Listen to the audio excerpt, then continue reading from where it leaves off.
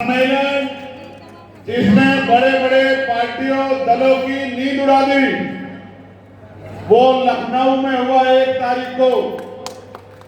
1 जून 2025 और वो भी 1 जून को इसलिए रखा गया कि अर्जक संघ की स्थापना दिवस था।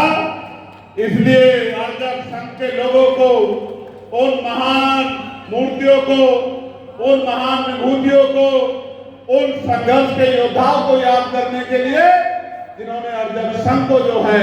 तैयार करके समाज में बौद्धिक विकास की लहर चलाई, उनको नमन करने के लिए 1 जून को लखनऊ में रखा गया। फिर छठा सम्मेलन झांसी में रखा गया, बुंदेलखंड की धरती पर, छलकारी बाई, मां छलकारी बाई की धरती पर।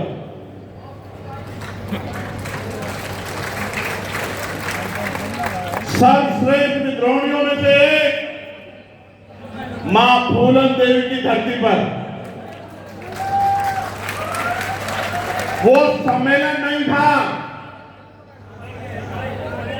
वो सिर्फ सम्मेलन नहीं था। शिक्षा के जनक परमानंद लोधी जी की धरती पर वो सम्मेलन नहीं था, वो क्रांति का बिगुल था। और आज कानपुर मोहनलाल पुरी जी की धरती पर यह ऐलान है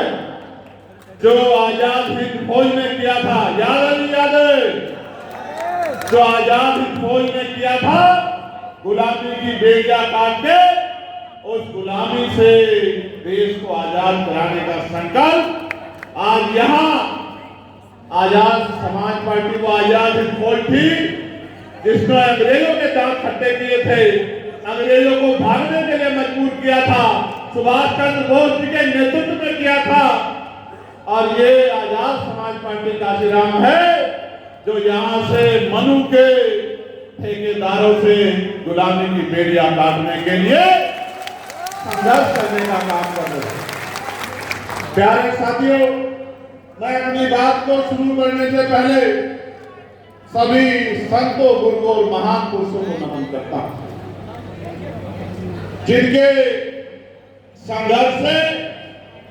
हमने और हमसे पहले हमारे महान पुरुषों ने बहुत कुछ सीखा। महामानव तथागत बुद्ध, पाखंडवाद की जड़ें हिला देने वाले जगत गुरु सद्गुरु रविदास जी महाराज, गुरु कबीर जी, गुरु नानक जी, भगवान वाल्मीकि जी, गुरु घासीदास जी, संत गाडगे जी महाराज, नारायण गुरु, शिक्षा के अग्रदूत, भारत के असल राष्ट्रपिता ज्योतिबा फूले, मां सावित्रीबाई फूले, मां फातिमा शेख, आरक्षण के जनक छत्रपति साहू जी महाराज,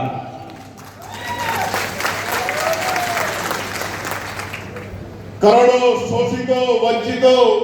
महिलाओं, किसानों, नौजवानों के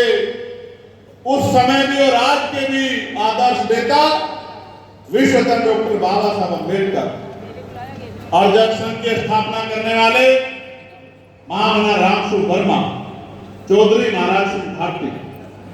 बाबू जगदेव प्रसाद कुशवाहा, जननायक कपूरी ठाकुर, पेरियार मलई यादव, ईवी पेरियार रामानायकर स्वामी, बाबू शिवदयाल चौरसिया, संत राम बीए प्रजापति, परमानंद लोधी जी,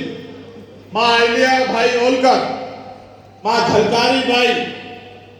मां अवंतिका बाई लोधी,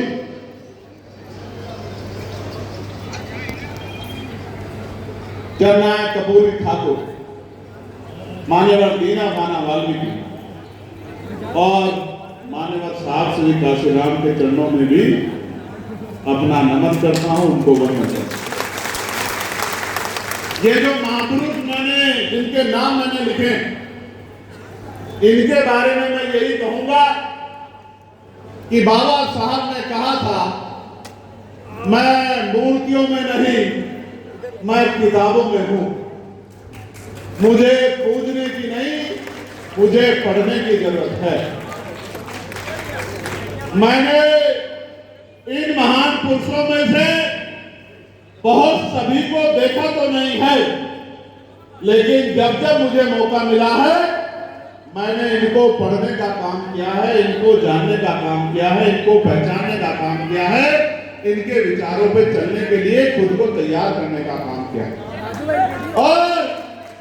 इनके विचारों पे चलने का मतलब है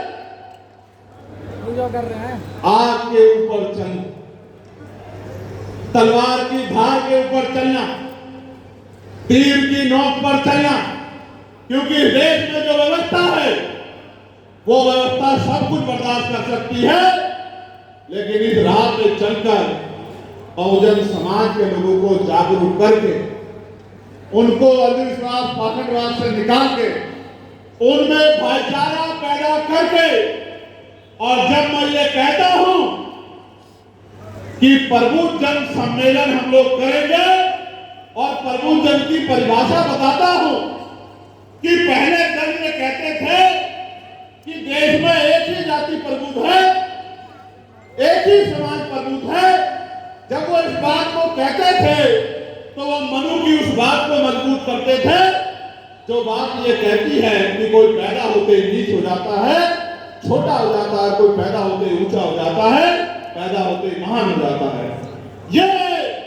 मनु के जो सिद्धांत है, मनु के जो विचार है, हमारे महान पुरुषों ने इनके खिलाफ क्रांति करने का काम किया और इन विचारों के खिलाफ जो सत्य विचार है उस सत्य विचार को लोगों तक पहुंचाने का काम किया। आप मुझे बताइए, क्या जन्म के आधार पर कोई प्रबुद्ध हो सकता है क्या? क्या जन्म के आधार पर कोई श्रेष्ठ हो सकता है क्या? इस दुनिया का इतिहास ये कहता है, हम महापुरुष भी उसको मानते हैं जिसके जीवन का आकलन करने के बाद, उसके जाने के बाद हम ये तय करते हैं कि इस व्यक्ति ने समाज के लिए कोई योगदान किया है, समाज के लिए कुछ संघर्ष किया है, इसके प्रयासों से महापुरुषों का आंदोलन आगे बढ़ा है। उनके जाने के बाद, क्योंकि जीते जी तो हम उनका विरोध करते हैं राजनीतिक वजह से, सामाजिक वजह से, जाति के वजह से, आर्थिक आधार पे, लेकिन जब वो चला जाता है तो हम भी दबे स्वर में कहते हैं कि असली आंदोलन तो यही चला रहा था, हम तो अपने बीवी बच्चों के लिए, अपने परिवार के लिए काम कर रहे हैं। प्यारे साथियों, इसलिए मैं कहता हूं कि हम वंचित समाज का वो तबका जो डॉक्टर है, इंजीनियर है, प्रोफेसर है, वकील है, IITian है, जो किसानी करता है, जो मेहनत करता है, जो लिखने का काम करता है, इस वर्ग में जो पढ़ लिखकर जिसने समाज को, प्रदेश को, देश को कुछ देने का काम किया, वो सब प्रबुद्ध है। क्या ये बात मैं गलत कहता हूं? जोर से बताइए, क्या ये बात गलत कहता हूं? मैं आपको बताना चाहता हूं, अभी मैं दुबई गया था 2 दिन के लिए। जब मैं दुबई गया तो मैंने वहां बड़े बड़े बिल्डिंग देखे। एक वहां बड़ी बिल्डिंग है जिसका नाम है बुर्ज खलीफा। बादल उससे नीचे है, वो बादल से ऊपर है। लगभग 165 मंजिला वो इमारत है। देख के लगता है कि आसमान को छू रही है, लेकिन मैं आपको बताना चाहता हूं, वहां जब 17-18 में गणना हुई थी तो 35 लाख लोग वहां इस भारत से गए हुए वो लोग थे जो वहां मजदूरी करके उन बिल्डिंगों को बनाने का काम किया। ये वो लोग हैं जो उस बिल्डिंगों में जिनका खून लगता है, पसीना लगता है, इनकी हड्डियां लगती है, जिनके संघर्ष से वो